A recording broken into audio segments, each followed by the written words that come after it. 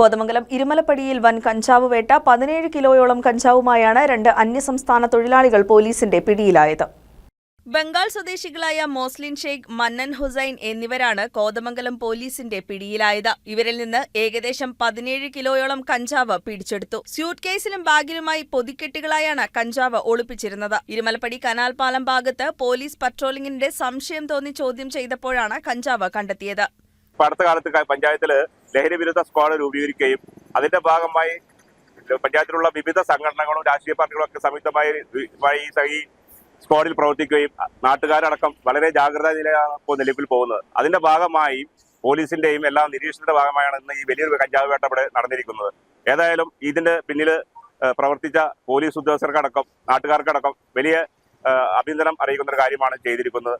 നാടാകെ ഒന്നാകെ ഭീമമായ വലിയ രീതിയിലുള്ള ഒരു ഭയാനകമായ രീതിയിലുള്ള ലഹരി ഈ കാലഘട്ടത്തിലാണ് പോകുന്നത്. അപ്പോൾ നാടും പോലീസും സർക്കാരും എല്ലാം ഒന്നിച്ചു നിന്നാൽ നമുക്ക് ഇതുപോലെയുള്ള വലിയ വലിയ വേട്ടകൾ നടത്തി ഈ നാടിനെ നമുക്ക് ഈ യുവാക്കളിൽ നിന്നും ലഹരി ഉപയോഗിക്കുന്ന എല്ലാ മേഖലയിൽ നിന്നും നമുക്ക് രക്ഷ നേടാൻ കഴിയും ഈ ഇതുപോലെയുള്ള ജാഗ്രതയായിട്ട് നമ്മൾ നിന്നാൽ.